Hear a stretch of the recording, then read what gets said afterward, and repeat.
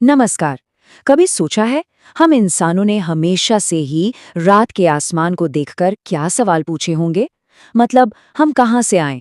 क्या इस पूरे ब्रह्मांड में हम अकेले हैं? इन्हीं सवालों के जवाबों की तलाश ने हमें सचमुच सितारों तक पहुंचा दिया है। और इसी सफर में एक बड़ा सवाल सामने आता है। इंसान पहली बार चांद पर कैसे पहुंचा? सोचिए जरा, ये वो सवाल था जिसने एक पूरी की पूरी पीढ़ी को इंस्पायर कर दिया। एक ऐसा सपना जो नामुमकिन लगता था, लेकिन वो हकीकत बन गया। और कहानी सिर्फ चांद तक ही नहीं रुकी। आज तो हम उससे भी कहीं आगे निकल चुके हैं। अब सवाल ये है कि हमारे रोबोटिक रोवर मंगल ग्रह को कैसे एक्सप्लोर कर रहे हैं। हाँ, हमारे रोबोटिक दूत एक दूसरे ही प्लैनेट की सतह पर घूम रहे हैं और वहां के राज दुनिया के सामने ला रहे हैं। तो फिर इन सब के पीछे कौन है?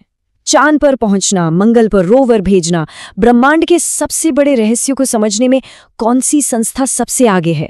वो कौन सी ताकत है जो हम इंसानों की इस जिज्ञासा को ब्रह्मांड के कोने कोने तक ले जा रही है? इन सभी सवालों का जवाब सिर्फ एक है, नासा। जी हाँ, नासा। और आज हम इसी कमाल की ऑर्गेनाइजेशन के सफर को, इसकी कहानी को समझने वाले हैं। तो चलिए, कहानी को एकदम शुरू से शुरू करते हैं। ये आइडिया आया कहाँ से, नासा बना कैसे और इसकी जरूरत ही क्यों आन पड़ी? तो सबसे पहले नासा का फुल फॉर्म क्या है? ये है National Aeronautics and Space Administration. सीधी भाषा में कहें तो ये अमेरिका की एक सरकारी एजेंसी है जिसके 3 बड़े मकसद हैं। पहला, स्पेस को एक्सप्लोर करना, दूसरा, नई नई टेक्नोलॉजी बनाना, और तीसरा, हमारी अपनी पृथ्वी और इस पूरे ब्रह्मांड को और बेहतर तरीके से समझना। पता है, नासा का जन्म एक जबरदस्त मुकाबले से हुआ था, जिसे हम सब स्पेस रेस के नाम से जानते हैं। हुआ ये कि 1957 में सोवियत यूनियन ने दुनिया का पहला सैटेलाइट स्पुतनिक 1 अंतरिक्ष में भेज दिया। बस ये देखकर अमेरिका में हलचल मच गई। उन्हें लगा कि वो इस दौड़ में पीछे रह गए हैं। और ठीक इसी के जवाब में 1 साल बाद 1958 में नासा की स्थापना हुई। और नासा ने बनने के कुछ ही सालों के अंदर एक ऐसा काम कर दिखाया जिसने हमेशा हमेशा के लिए इतिहास बदल दिया। 20 जुलाई 1969, ये तारीख इंसानी इतिहास में सुनहरे अक्षरों में लिखी गई है, क्योंकि इस दिन कुछ ऐसा हुआ जो तब तक सिर्फ कहानियों और कल्पनाओं में ही मुमकिन लगता था। अपोलो 11 मिशन, नील आर्मस्ट्रॉन्ग चांद पर कदम रखने वाले पहले इंसान बने, और उन्होंने कहा, यह एक इंसान के लिए छोटा सा कदम है, लेकिन इंसानियत के लिए एक बहुत बड़ी छलांग है। ये शब्द आज भी रोंगटे खड़े कर देते हैं ना? ये सिर्फ अमेरिका की जीत नहीं थी, ये पूरी इंसानियत की जीत थी। लेकिन नासा की कहानी चांद पर ही खत्म नहीं हुई। अरे नहीं, असल में तो ये बस एक शानदार शुरुआत थी। इसके बाद नासा की नजरें हमारे सोलर सिस्टम के दूसरे ग्रहों पर जाती, खास तौर पर मंगल ग्रह पर। नासा ने वहां एक के बाद एक कई रोबोटिक खोजकर्ता भेजे हैं। समझिए, रोवर्स की एक पूरी फौज। हर रोवर का एक खास मिशन था। जैसे स्पिरिट और अपॉर्चुनिटी ने वहां पानी के सबूत खोजे, फिर क्यूरियोसिटी ने वहां की मिट्टी और मौसम को स्टडी किया, और आज परसिवरेंस वहां प्राचीन जीवन के निशान ढूंढ रहा है। और तो और परसिवरेंस के साथ एक छोटा सा हेलीकॉप्टर भी गया, इंजेन्युइटी, जो किसी दूसरे ग्रह पर उड़ने वाला पहला एयरक्राफ्ट बना।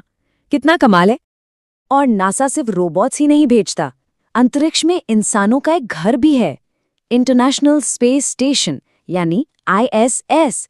सोचिए, ये पृथ्वी का चक्कर लगाती हुई एक बहुत बड़ी उड़ती हुई लैब है। यहाँ दुनिया भर के वैज्ञानिक मिलकर जीरो ग्रेविटी में एक्सपेरिमेंट्स करते हैं। वो ये समझने की कोशिश करते हैं कि लंबे समय तक स्पेस में रहने का इंसानी शरीर पर क्या असर होता है, ताकि भविष्य की लंबी यात्राओं के लिए तैयारी हो सके। तो ग्रहों की खोज तो चल ही रही है, लेकिन इसके अलावा नासा के पास कुछ ऐसी ताकतवर आंखें भी हैं जो समय में अरबों साल पीछे देख सकती हैं। हाँ, बिल्कुल सही सुना। और ये आंखें हैं हबल और जेम्स वेब स्पेस टेलीस्कोप। देखिए, हबल टेलीस्कोप ने हमें ब्रह्मांड की वो हैरान कर देने वाली तस्वीरें दी जो हम सबने देखी हैं। उसने हमारी समझ को ही बदल दिया। और अब जेम्स वेब टेलीस्कोप एक कदम और आगे है। वो अपनी इंफ्रारेड नजरों से उन सबसे पहली आकाशगंगाओं को देख सकता है जो ब्रह्मांड के जन्म के फौरन बाद बनी थीं। मतलब ये टेलीस्कोप एक तरह से टाइम मशीन है। अब ये सब सुनकर शायद लगे कि भाई ये सितारों और ग्रहों की बातें हमारे रोजमर्रा की जिंदगी से बहुत दूर हैं, लेकिन सच्चाई इससे बिल्कुल अलग है। वैसे अंतरिक्ष में जीवन से जुड़ा एक मजेदार फैक्ट बताता हूँ। क्या आपको पता है कि एस्ट्रोनॉट्स स्पेस में रो नहीं सकते?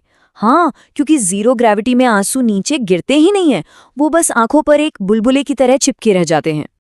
लेकिन असल कनेक्शन ये है, नासा की रिसर्च का फायदा सिर्फ अंतरिक्ष में नहीं बल्कि हमारी धरती पर भी होता है। आज हम जो जीपीएस इस्तेमाल करते हैं, जो मेमोरी फोम के गद्दे इस्तेमाल करते हैं, वाटर फिल्टर, कॉर्डलेस टूल्स, यहाँ तक कि हमारे फोन के कैमराज, इन सभी टेक्नोलॉजीज को बनाने या इन्हें बेहतर बनाने में नासा का बहुत बड़ा हाथ है। तो आखिर में नासा सिर्फ एक स्पेस एजेंसी नहीं है, ये हम इंसानों की जिज्ञासा का, हमारी हिम्मत का और कुछ बड़ा, कुछ नामुमकिन कर दिखाने की हमारी चाहत का प्रतीक है। ये हमें सिखाता है कि अगर हमारे हौसले बुलंद हों तो आसमान की भी कोई सीमा नहीं होती। नासा ने हमें चांद तक पहुंचाया, मंगल को छुआ और ब्रह्मांड के राज दिखाए। अब सवाल ये है कि इंसानियत की अगली विशाल छलांग क्या होगी? क्या वो मंगल पर इंसानी कदम होंगे या फिर किसी दूसरे तारे की ओर हमारा सफर? इसका जवाब भविष्य के पन्नों में लिखा जाना अभी बाकी है।